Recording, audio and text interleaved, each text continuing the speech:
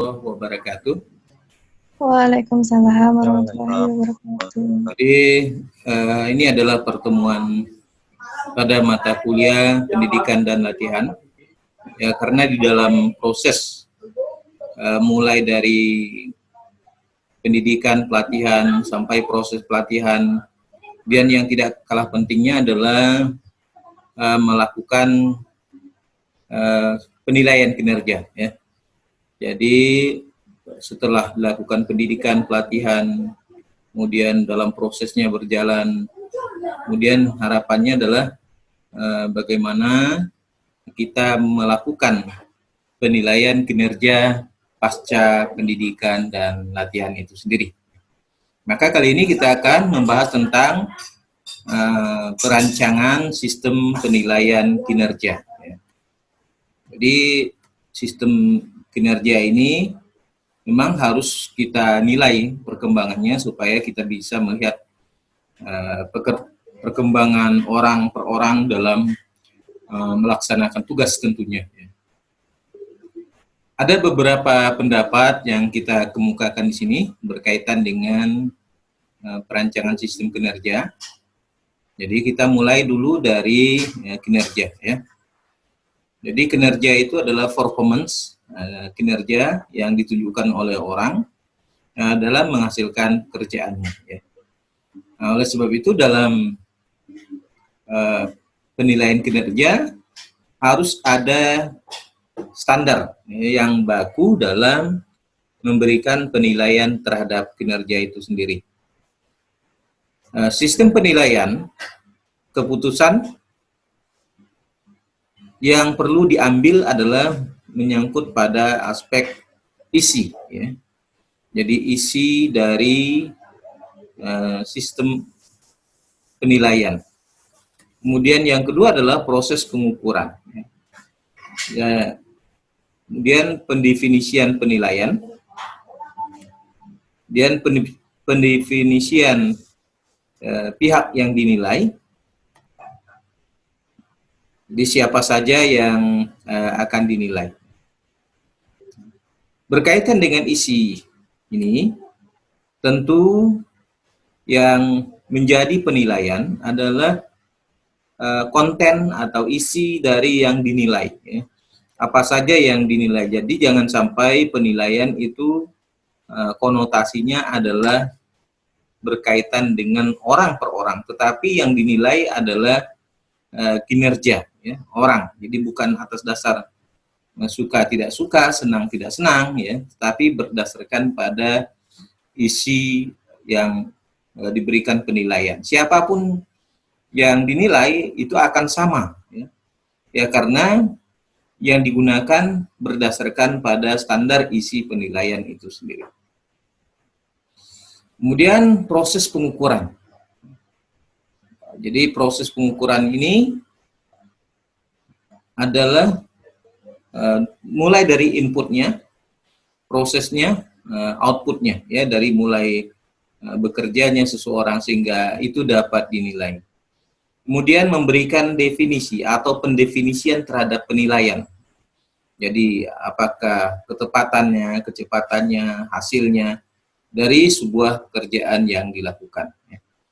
Kemudian pendefinisian pihak yang dinilai. Jadi yang diberikan penilaian atau orang yang dinilai adalah aspek mana yang akan dinilai. Kemudian karakteristik administratif dalam penilaian. Ya. Ini yang perlu kita pahami bahwa dalam isi pengukuran itu berkaitan dengan fokus, ya, yang menjadi titik perhatian terhadap yang akan dinilai. Nah, karena yang dinilai adalah isinya, maka kita berfokus apakah pada apa yang dikerjakannya, ya, dalam hal ini proses, atau hasil yang dikerjakan seseorang, ya. Ya, kalau kita melihat pada apa yang dikerjakan oleh seseorang, maka ya kita bisa lihat prosesnya, ya. Tetapi apabila bekerja yang dilihat adalah hasilnya atau outcome-nya dari pekerjaan itu, maka dilihat adalah outcome-nya itu sendiri. Jadi berkaitan dengan ada dan tiada dari outcome itu, atau ada tidak ada. Tetapi biasanya kita mengesampingkan berkaitan dengan kualitas. Yang penting ada yang dikerjakan. Tetapi kalau dia berfokus pada kualitas, tentu termasuk di dalamnya bagaimana orang mengerjakan suatu pekerjaan dari proses awal sampai proses berakhir. Jadi mulai dari awal orang itu menghasilkan produk atau hasil kerjanya sampai pada luaran, ya, luaran atau yang kita kenal istilah outcome. Kemudian aspek yang dinilai, apakah aspek dari sisi kemampuan orang tersebut dalam mengerjakan pekerjaan, atau yang dinilai berkaitan dengan kualitas terhadap kinerja yang dihasilkan. Nah, ini aspek yang dinilai dari kinerja ini. Kemudian jangka level kinerja, ya. Jadi jangka level kinerja ini berkaitan dengan tingkatan-tingkatan kinerja. Bisa saja good atau best atau excellent, ya. Nah, ini bisa saja diberikan atau baik, cukup baik, ya sangat baik. Nah, begitu, ya. Nah, ini dalam jangka level kinerja. Fokus penilaian ini bahwa ketika orang bekerja, jadi yang dinilai adalah berorientasi pada person, orang yang melaksanakan suatu perilaku atau pekerjaan. Jadi tidak berorientasi pada siapa dan apa, ya. Tetapi sebenarnya yang dilihat adalah apa yang dilakukannya, ya. Jadi tentu ini berorientasi kepada orang yang mengerjakan sesuatu. Terkadang kalau kita lihat kan biasanya di kantor atau di tempat kerja, yang kita lihat adalah orang datang, masuk, ya setelah masuk dia diam-diam saja, dia tidak bekerja, tidak melakukan apa-apa gitu. Kemudian orang istirahat, dia istirahat juga gitu. Habis masuk lagi, orang pulang, dia pulang. Setiap hari, ya. Nah, kalau dilihat kinerjanya berdasarkan pada absensi, dia mungkin absennya penuh gitu, ya. Tetapi selama dia bekerja tapi tidak ada outcome yang dihasilkan, atau dalam bekerja apa saja yang sudah dikerjakannya. Tetapi dari aspek kehadiran, karena kita biasa melihat orang itu dari kehadiran, jadi bukan dilihat dari apa yang dikerjakannya, ya. Nah, oleh sebab itu dalam perkuliahan pun demikian juga. Jadi banyak mahasiswa itu ya rajin datang gitu, tapi tidak tahu apa tugas yang dikerjakannya atau pengetahuan yang didapatnya, ya. Nah, demikian juga kita dalam mengukur kinerja. Jadi berorientasi pada suatu perilaku seseorang. Jadi tidak hanya dilihat dari presensinya, kehadirannya, tetapi yang penting adalah apa yang sudah dilaksanakannya ketika dia berada di tempat kerja. Hal ini menyebabkan harus berorientasi kepada pekerjaan, ya. Jadi fokus pada rekor, outcome yang dicapai seseorang pada pekerjaannya. Misalnya kalau kita lihat di pelayanan kesehatan misalnya, sebagai health educator atau tenaga promosi kesehatan, maka yang kita lihat tidak hanya laporannya, ya. Dia sudah melakukan promosi kesehatan di desa A misalnya. Tetapi yang dilihat adalah bahwa ketika dia melaksanakan di sana, bahwa promosi yang dilaksanakan di sana apakah terjadi perubahan atau tidak perilaku kesehatan masyarakat.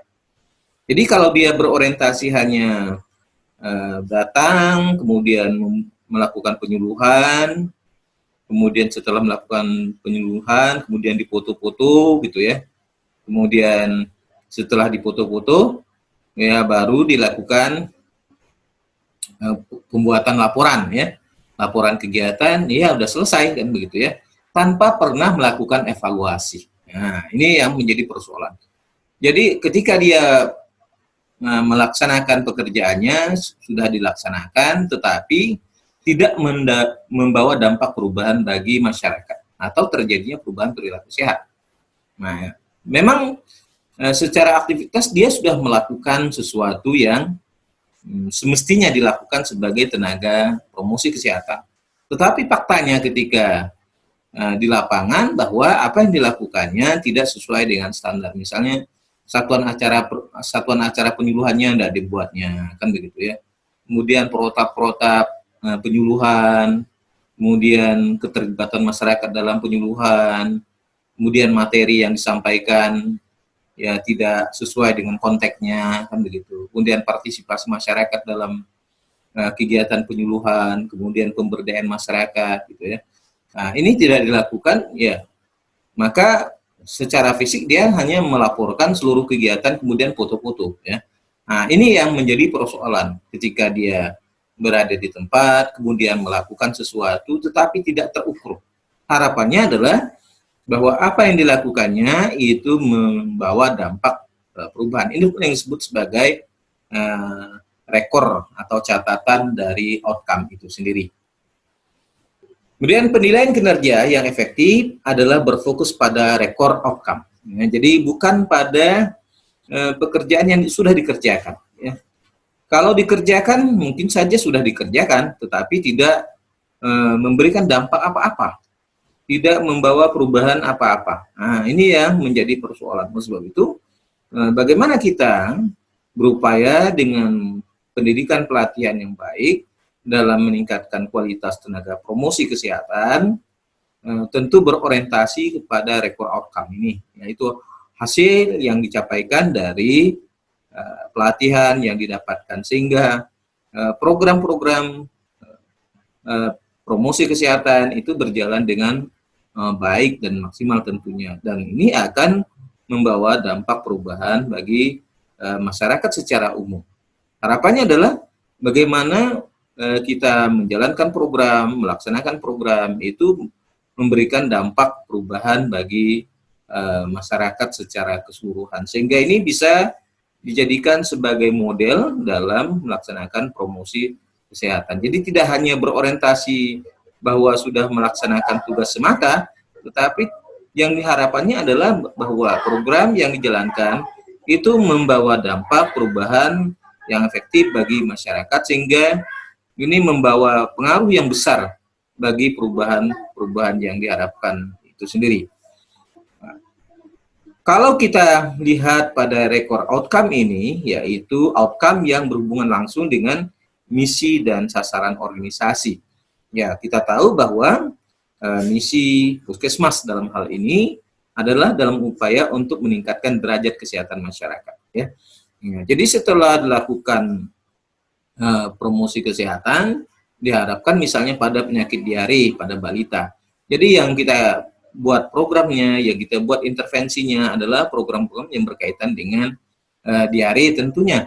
Jadi program diare yang kita buat, kemudian setelah kita buat laksanakan program itu, kemudian membawa dampak perubahan terjadinya penurunan angka diare pada tahun berikutnya. Memang tidak terjadi pada tahun ini, tapi sebelum itu terjadi, misalnya katakanlah diare itu pada bulan Juli, ya, Juli, Agustus, ya. Jadi kita intervensinya sebelum bulan itu, kita lihat perkembangannya tahun sebelumnya, misalnya tahun 2000, katakanlah 2018, ya, kasusnya cukup besar, mencapai 50 kasus. Kemudian setelah lakukan intervensi, terjadi penurunan kasus, misalnya katakanlah tinggal 10, ya, kasus diare pada bulan yang sama tapi tahun yang berbeda setelah dilakukan promosi kesehatan. Nah, ini yang diharapkan terjadinya perubahan, terjadinya penurunan angka diare, ya disebabkan karena memang ada program intervensi yang dilakukan dalam hal ini bentuk promosi kesehatan. Dan ini tentu berdampak kepada organisasi dalam hal ini adalah Puskesmas dalam rangka meningkatkan derajat kesehatan masyarakat dengan berbagai program intervensi yang dapat dilakukan. Maka ini sebenarnya yang diukur berdasarkan pada rekor outcome, ya, dalam penilaian. Jadi bukan hanya dia melakukan atau melaksanakan program tersebut sebagai intervensi program, tetapi bahwa program yang dilaksanakan itu membawa perubahan yang signifikan ya,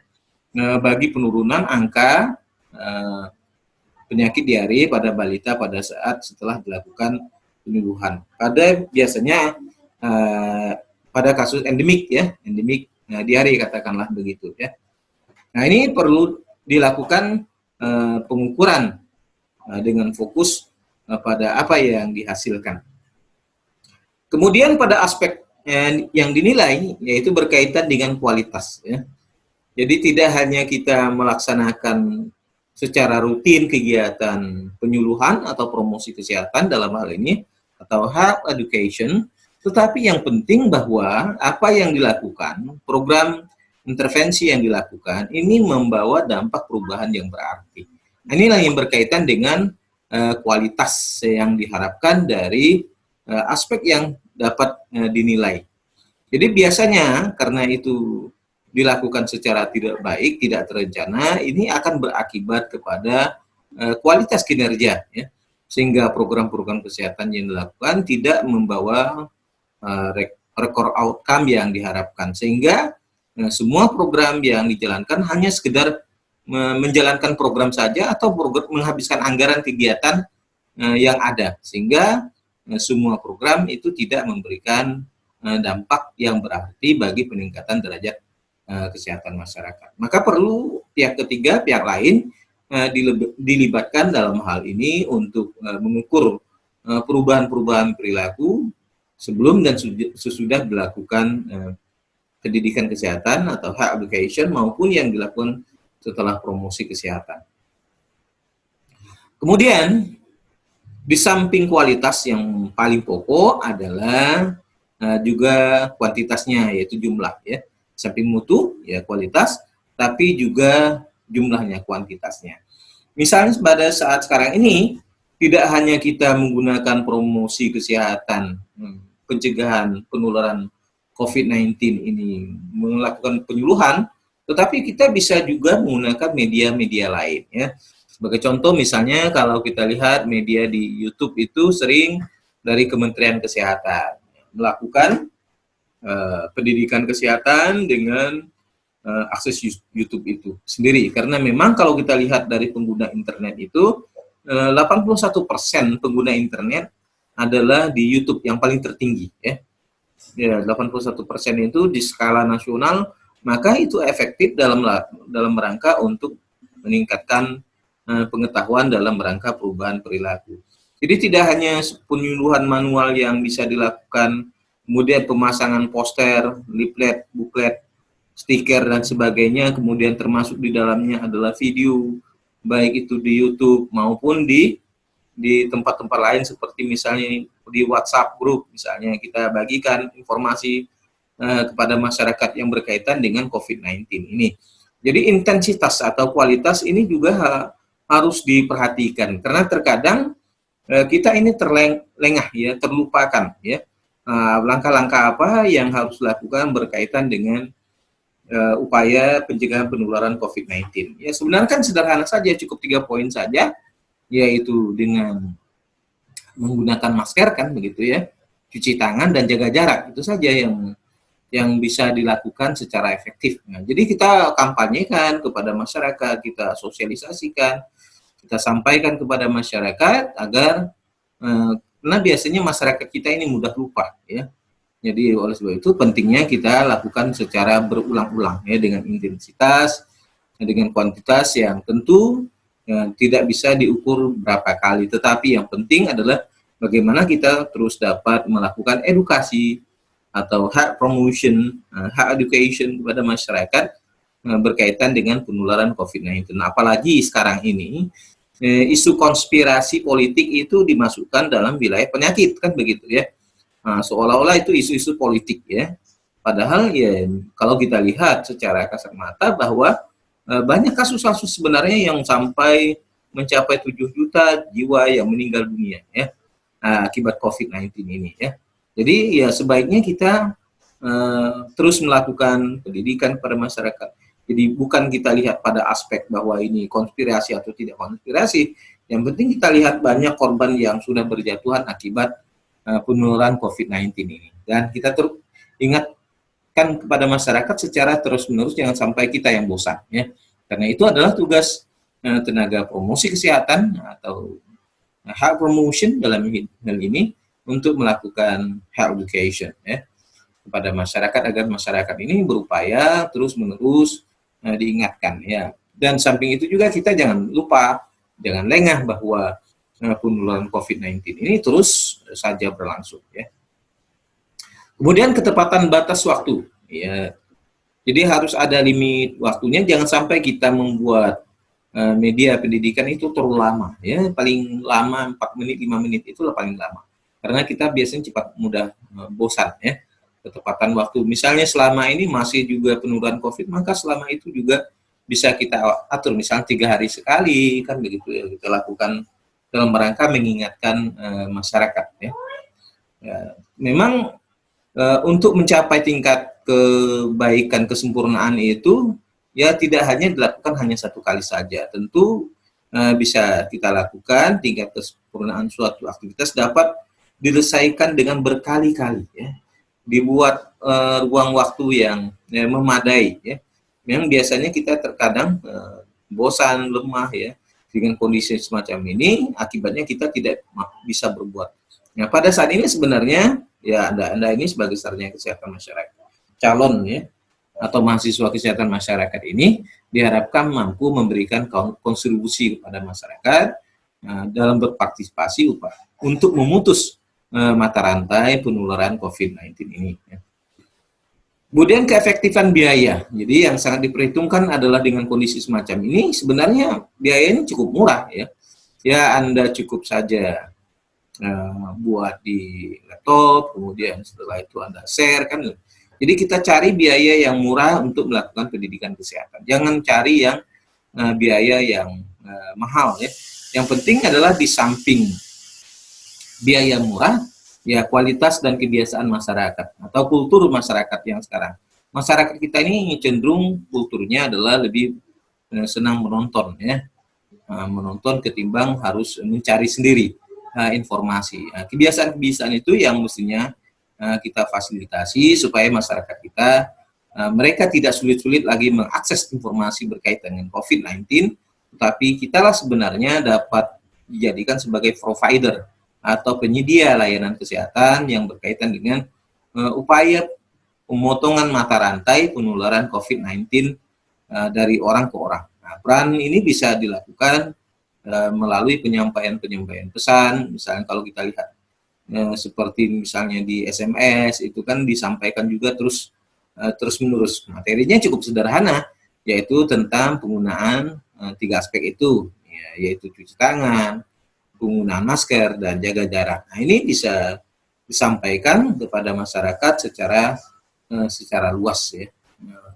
supaya mereka bisa memahami bahwa pentingnya upaya memutus mata rantai penularan COVID-19 kepada seluruh masyarakat. Dan ini bisa Anda lakukan ya, dalam rangka untuk melihat kinerja, kualitas pribadi seseorang dalam bekerja.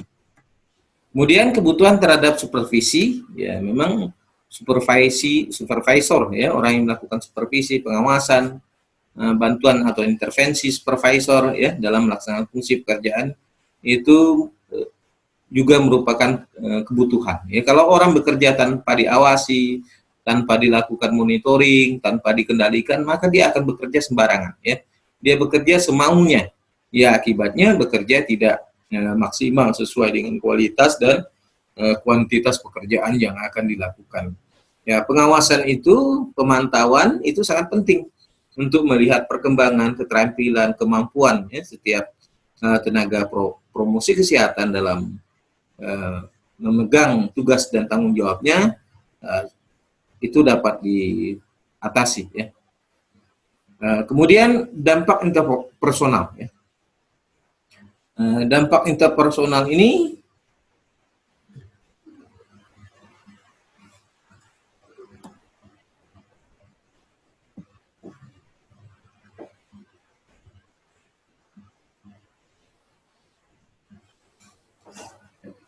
dampak interpersonal ini adalah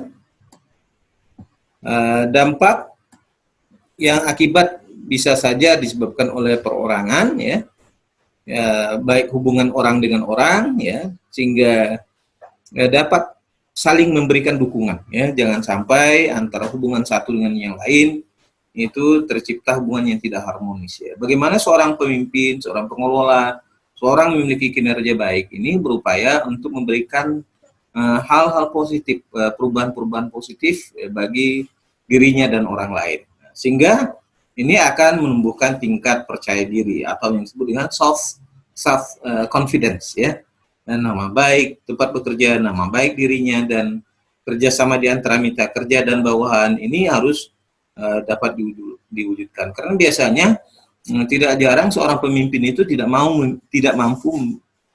mampu sebagai seorang yang dapat melaksanakan tugas kepemimpinan. Oleh sebab itu ada perbedaan antara pemimpin dan kepemimpinan, ya.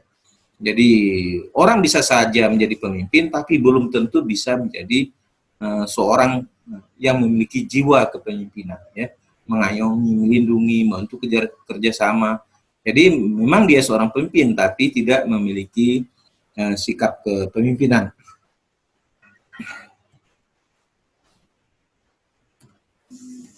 Kemudian jangkar level kinerja atau performance level anchors, yaitu di mana suatu deskripsi singkat dari level kinerja yang dapat mengambil 3 bentuk yang berbeda. Jadi kita lihat misalnya aspek pada adjektif atau frase adjektif, ya, adjek tetap, ya, deskripsi keperilakuan atau insiden kritis. Dan yang ketiga adalah outcome atau produk yang dihasilkan dari pelaksanaan pekerjaan. Jadi ajek itu artinya ketika dia bekerja dalam keadaan tetap, ya, stabil. Dia istilah dalam Islam istiqomah, ya. Nah, jadi ajek jadi terus menerus dengan pekerjaan yang sama. Meskipun sebenarnya ketika kita bekerja itu biasanya terkadang dipenuhi dengan rasa bosan, ya. Oleh sebab itu pentingnya kita mencintai pekerjaan sebagai sebuah profesi. Nah, jadi ya terkadang itu yang membuat, apalagi semakin bertambah usia, maka semakin semangat itu semakin menurun karena sudah begitu lama bekerja dengan pekerjaan yang sama dan waktu yang bertahun-tahun yang cukup lama, sehingga tidak heran orang bekerja tidak lagi ajek, ya. Kemudian deskripsi perilaku, ya, atau insiden kritis. Jadi deskripsi perilaku ini atau keperilakuan itu berkaitan dengan apa yang dilakukan, misalnya ketaatan, ya, kedisiplinan, itu yang berkaitan dengan perilaku, ya. Itu dapat dijelaskan, dituliskan terhadap kinerja yang dimunculkan dalam jangka level kinerja ini. Kemudian yang biasa yang kita nilai adalah berkaitan dengan outcome atau produk yang dihasilkan dari pelaksanaan pekerjaannya. Jadi setiap apa yang dikerjakannya dapat memberikan hasil atau manfaat yang dapat dirasakan oleh dirinya, organisasinya, maupun orang-orang lain yang berada di sekitarnya, sehingga apa yang dilakukan atau yang dikerjakan itu membawa dampak perubahan bagi perkembangan organisasinya atau tempat dia bekerja. Tolok ukur yang bersifat ajek, misalnya kepuasan, ya, sangat rendah, di bawah standar. Nah, ini yang biasanya bahwa dalam memberikan tolok ukur bahwa paling tidak orang yang mendapatkan pelayanan ini mendapatkan kepuasan, ya. Ya, artinya bahwa orang yang bekerja dengan stabilitas seimbang dalam jangka waktu tertentu, kemudian dia memberikan pelayanan yang baik kepada masyarakat atau orang yang mendapatkan pelayanan, maka ini dapat diberikan penilaian sesuai dengan apa yang sudah dilakukan, ya. Misalnya bisa saja dalam tahun ini kepuasan terus meningkat, atau mungkin sewaktu-waktu akan mengalami kemunduran, atau sewaktu-waktu akan di bawah standar. Nah, ini peran dari seseorang dalam mewujudkan kinerjanya. Tentu kinerja ini harus dilakukan supervisi, monitoring, sehingga dapat diketahui persoalan atau masalah yang sedang dihadapi, sehingga terjadinya penurunan kinerja tadi, ya, berkaitan dengan tolok ukur yang bersifat adjektif ini. Jangkar keperlakuan berisi deskripsi tentang tindakan atau perilaku yang dilakukan oleh seseorang, ya, dinilai atau dilihat berdasarkan pada fungsi pekerjaannya, membuat jadwal, mengirim surat, atau membuat surat, atau mengamplop surat, dan sebagainya. Ini dapat dilihat, misalnya ketika Anda menyampaikan kerjasama kepada masyarakat dalam melakukan penyuluhan atau pendidikan kesehatan, kemudian kerjasama dengan lembaga atau instansi lain. Kemudian jangka berorientasi hasil atau produk adalah jumlah pengaduan pelanggan, jumlah unit produk yang dihasilkan. Termasuk tadi adalah program-program yang dilakukan dengan perubahan-perubahan perilaku masyarakat tadi, sehingga masyarakat mendapat pelayanan kesehatan promotif dan preventif itu terjadinya perubahan perilaku tadi, yaitu perilaku yang berisiko menjadi perilaku yang tidak berisiko. Misalnya sebagai contoh pada kasus diare tadi, terjadinya penurunan jumlah kasus diare dari 50 menjadi 10 kasus. Nah, ini kan disebut sebagai produk yang dihasilkan bahwa terjadi penurunan kasus dalam satu dekade disebabkan karena adanya program yang dilakukan secara baik sehingga membawa dampak pada perubahan perilaku kesehatan masyarakat. Sistem penilaian tradisional menempatkan manajer, ya, dalam hal ini atau pimpinan atau supervisor pada posisi sentral. Jadi seolah-olah mereka berada yang paling depan, paling berperan, ya, dalam penilaian tradisional ini, yaitu di mana manajer atau supervisor mengevaluasi individu atau karyawan orang yang di bawahnya, ya, diberikan penilaian. Nah, ini yang menjadi persoalan bahwa sementara itu manajer atau supervisor itu tidak dinilai. Nah, seharusnya semuanya harus dinilai. Jadi bukan saja dia melakukan penilaian, tapi dirinya dalam melakukan penilaian pun harus juga dinilai. Maka penilaian tidak harus dari top down, dari atas ke bawah, tetapi juga bisa melalui dari bawah ke atas atau yang disebut dengan bottom up, ya. Nah, dari bawah ke atas juga dilakukan penilaian berkaitan dengan kinerja dari manajer atau supervisor yang selama ini dalam melaksanakan tugas-tugasnya, ya. Kemudian karyawan dinilai oleh penilai tunggal ini, ya, tadi dalam hal ini adalah manajer maupun supervisor, sehingga ada kemungkinan besar terjadi bias, ya, penilaian atau memiliki gambaran tidak lengkap tentang pekerjaan karyawan yang dinilainya, karena biasanya ukuran yang digunakan adalah ukuran pribadi seorang pimpinan atau lebih dikenal dengan subjektivitas, ya. Nah, oleh sebab itu untuk mengukur bahwa seseorang itu berkualitas atau memiliki kinerja yang baik terhadap sumbangannya terhadap organisasi, perlu peran-peran penilaian yang harusnya bersifat objektif, ya. Jadi jangan sampai dinilai berdasarkan pada subjektivitas. Biasanya penilaian objektif itu didasarkan pada outcome atau hasil yang dihasilkan oleh seseorang, baik berupa produk maupun jasa yang dapat dimanfaatkan bagi orang lain. Penilaian kinerja alternatif, di samping penilaian kinerja tadi yang kita sudah sampaikan, tentu ada penilaian kinerja yang bersifat alternatif, yaitu penilaian yang dilakukan oleh peer, ya, atau yang disebut dengan peer appraisal, ya. Jadi penilaian teman sejawat ini diharapkan penilaian bersifat objektif bahwa orang dinilai karena ada temannya yang harus juga menilai dirinya. Jadi tidak hanya dia menilai orang atau dari atas menilai ke bawah, tetapi secara hubungan orang dengan orang yang bersifat vertikal itu bisa juga dilakukan penilaian, sehingga penilaian bahwa dirinya dinilai orang dan orang itu juga melakukan penilaian terhadap orang tersebut. Kemudian penilaian oleh diri sendiri atau self appraisal. Jadi dia melihat berdasarkan pada skala yang dibuat, ya. Nah, misalnya kita buat skala Likert, kemudian skala Likert dia menilai dirinya pada posisi mana, ya. Jadi dia dapat menilai dirinya sendiri tentu berdasarkan pada bukti-bukti yang ada.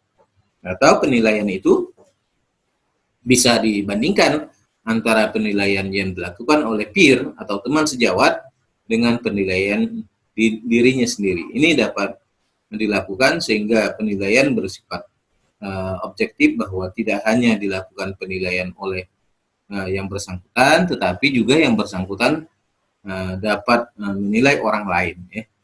Jadi di samping dia melakukan penilaian pada diri sendiri, dia juga mendapat penilaian dari orang lain.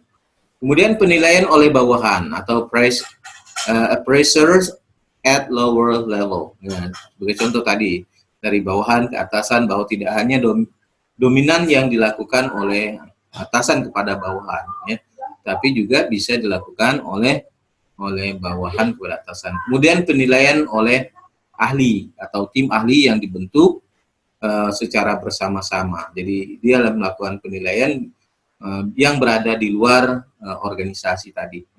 Kemudian umpan balik 360 derajat, ya, atau 360 degree feedback, ya. Jadi umpan balik yang bersifat 360 derajat yang sudah dilakukan satu lingkaran, kemudian berdasarkan pada umpan balik itu diharapkan bahwa penilaian oleh peer, ya, atau peer appraisal, ya. Penilaian oleh peer ini ya dapat secara efektif memberikan informasi mengenai komunikasi, ya, yang dinilai dan keahlian pekerjaan interpersonal. Ya. Jadi atau istilah lain itu biasa disebut dengan istilah penilaian teman sejawat. Jadi dia antara teman itu memberikan penilaian satu dengan yang lainnya. Nah, oleh sebab itu biasanya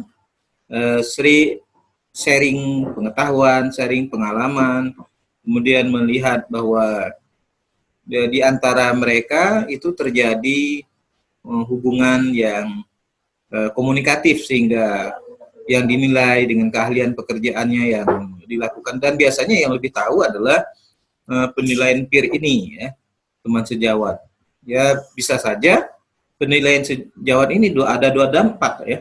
Kalau hubungannya baik, maka sebenarnya akan baik penilaiannya, atau disebut dengan peer appraisal ini akan berjalan baik. Tetapi sebaliknya, apabila hubungan kedua orang antara peer ini, teman sejawatnya, tidak baik, itu juga akan berdampak kepada penilaian yang diberikan. Ya.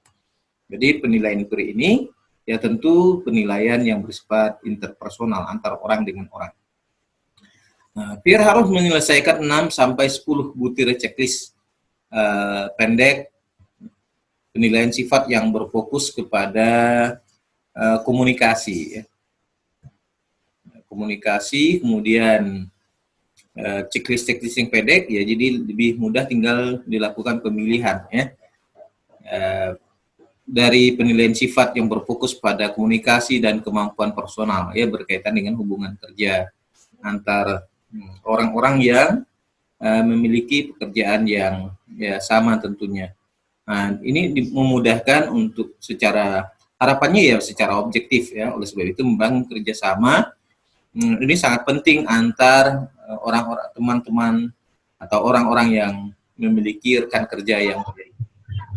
Kemudian peer diminta untuk meranking, ya, manajer dalam rangka membandingkan dengan manajer yang lain. Jadi dia bisa meranking kelebihan, kekurangan, kelemahan, ya. Di ranking nanti mana manajer yang dianggap lebih baik antar satu dengan yang lainnya. Kemudian bisa juga penilaian oleh diri sendiri, ya, atau yang disebut dengan self appraisal, ya. Penilaian diri sendiri memang biasa terkadang ya katakanlah kurang objektif, tetapi ya diharapkan bahwa seluruh penilaian itu harus bersifat objektif, ya. Jadi biasanya kita kan kalau menilai diri sendiri biasanya yang baik-baik saja, ya, jarang kita untuk memberikan penilaian yang jelek-jelek tentang diri kita. Tetapi pada prinsipnya bahwa apa yang dilakukan dalam penilaian self appraisal ini sebenarnya adalah untuk menguji kejujuran kita dalam menilai diri kita. Nah, model ini berdasarkan pada pemikiran bahwa karyawan adalah orang yang paling familiar dengan pekerjaan mereka. Jadi mereka yang memahami tentang apa yang dikerjakan oleh mereka itu sendiri. Nah, sebagai contoh misalnya dalam mata kuliah yang ya, tertentu mungkin ya Anda bisa melakukan penilaian terhadap diri Anda sendiri. Tetapi tentu ini kan basisnya adalah basis tiga komponen ya yang harus dinilai. Tentu misalnya kalau dia kognitif, pengetahuan tentu bentuknya UTS UAS ya, bentuknya keterampilan. Tetapi ada juga yang berbentuk skill, yaitu tugas terstruktur. Nah, itu adalah berkaitan dengan psikomotorik ya.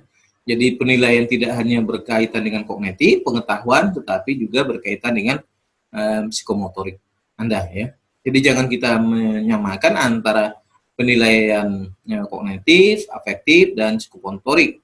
Tetapi semuanya adalah merupakan penilaian secara keseluruhan ya, termasuk di dalam kegiatan belajar mengajar. Anda nanti juga bisa memberikan penilaian kepada setiap dosen tergantung pada mata kuliah yang diampunya. Tentu biasanya dosen yang sama dengan mata kuliah yang berbeda, tentu kinerjanya akan berbeda ya dalam menyampaikan materi.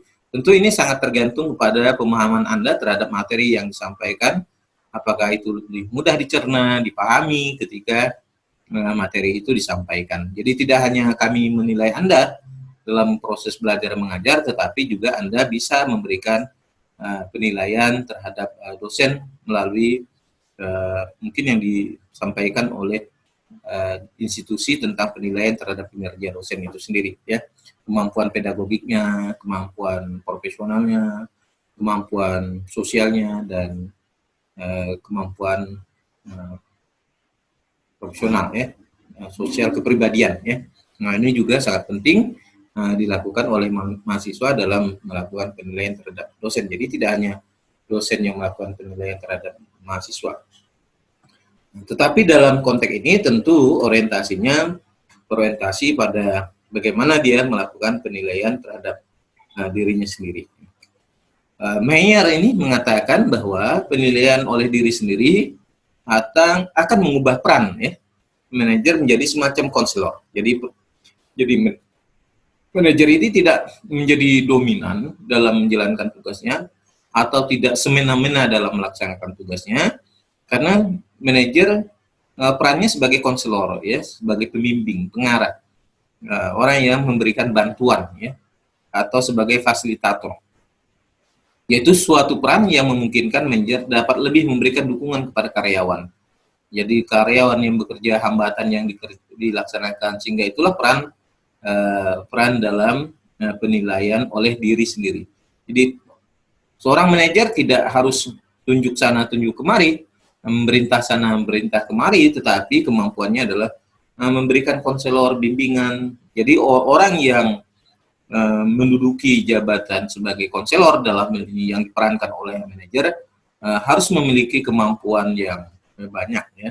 Jadi tidak hanya kemampuan dalam persoalan komunikasi, tetapi juga kemampuan-kemampuan teknis yang berkaitan dengan pekerjaan yang dihadapi. Karena sebab itu jenjang karir dari bawah itu sangat penting untuk memupuk kemampuan seseorang agar memiliki kualitas kerja yang semakin baik. Karena memang bekerja ini harus dari satu tingkat atau dari level yang terendah, menengah sampai pada level yang tertinggi. Ya.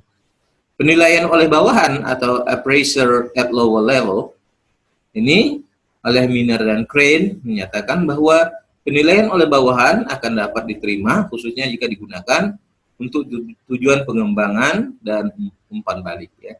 Jadi bawahan ini bisa memberikan penilaian ya dalam rangka bahwa ini tujuannya adalah pengembangan ya dan umpan balik supaya terus dilakukan perbaikan-perbaikan, penyempurnaan supaya dalam penilaian ini diarahkan adanya perbaikan-perbaikan yang memberikan dampak berupa umpan balik ya, terhadap tanggapan atau respon yang diberikan. Kemudian penggunaan metode penilaian dari bawah ini juga ya untuk tujuan-tujuan administratif dan evaluatif seperti pengupahan atau promosi kurang mendapat dukungan ya. Jadi misalnya kalau dia bertujuan administratif dan evaluasi, ini dapat dilakukan ya. Tetapi ya tentu sulit kalau dia untuk pengupahan, promosi ya, karena biasanya tidak mendapat dukungan. Ya. Nah, dengan kompetisi dunia kerja yang semakin menuntut seseorang yang memiliki kemampuan ya, yang lebih, maka ini sangat diperlukan dalam memberikan penilaian. Sebenarnya prinsip penilaian itu sendiri adalah untuk melihat sejauh mana kemampuan kita bekerja, kemudian menyelesaikan pekerjaan dengan baik, kemudian mencapai target-target yang diharapkan. Tidak hanya sekedar bahwa orang itu sudah melaksanakan pekerjaan, tetapi yang paling penting adalah bahwa apa yang dikerjakannya itu dapat meningkatkan kualitas dari organisasi. Kemudian yang berikutnya adalah penilaian oleh ahli atau tim ahli ya. Jadi melibatkan ya, banyak orang di dalamnya dalam memberikan penilaian, bisa dalam bentuknya komite ya, komite penilaian atau komite ahli ya. Nah, penilaian ini melibatkan ahli sumber daya manusia dalam suatu kelompok panel penelitian ya. Jadi dilihat berdasarkan pada orang yang ahli dalam SDM, manajemen sumber daya manusia. Jadi tentu setelah pelatihan, keterampilan bekerja, kemudian kemampuan bekerja sama, kemudian mampu menggerakkan ya orang dalam bekerja sama. Nah, ini didukung oleh sumber ahli sumber daya manusia tadi untuk memberikan rekomendasi pertimbangan dalam mencapai tujuan organisasi. Orang-orang di sumber daya manusia menjadi bagian suatu sistem penilaian total ya. Jadi bahwa apa yang dilakukan dinilai adalah merupakan bagian dari sistem penilaian total secara keseluruhan. Jadi tidak bersifat bagian-bagian atau parsial, tetapi bersifat holistik dari seluruh penilaian yang ada. Kemudian umpan balik 360 derajat atau 360 degree feedback ini, harapannya adalah informasi kinerja dikumpulkan dari supervisor, ya, bawahan, peer-nya, maupun pelanggan internal dan eksternal ya, sebagai bentuk masukan, ya. Masukan, kemudian informasi yang tentu saja ini sangat penting dalam pengambilan keputusan. Ya. Kemudian melihat keahlian dan gayanya sehingga meningkatkan komunikasi di antara mereka dan kemampuan membangun kerjasama di antara mereka. Kemudian memberikan gambaran selengkap mungkin mengenai perilaku seorang karyawan. Jadi memang seorang bekerja dapat dinilai secara menyeluruh, secara holistik, ya, dilihat berdasarkan pada kinerja yang dilakukan sehingga prestasi kerja itu dapat dinilai secara objektif sehingga memberikan dampak bagi kemajuan perkembangan organisasi dalam menghadapi tantangan zaman dan perubahan yang sebenarnya banyak ya yang harus dilakukan. Apabila tidak dilakukan penilaian, maka sebenarnya ini akan menjadi masalah tersendiri bagi organisasi karena akan sulit menemukan orang-orang yang berkualitas dan memberikan kontribusi bagi sebuah organisasi. Terkadang kalau tidak dibuatkan parameter, itu penilaiannya lebih bersifat subjektif. Ya senang, ya lebih nyaman kan begitu. Penilaiannya kemudian berdasarkan pada kriteria sendiri, yaitu hubungan sosial, hubungan kekeluargaan, hubungan kekerabatan, ya, kemudian hubungan interpersonal itu dijadikan penilaian yang utama ketimbang harus melakukan penilaian secara profesional. Ya. Demikian materi ini saya sampaikan. Mudah-mudahan ada yang bertanya. Silakan kalau yang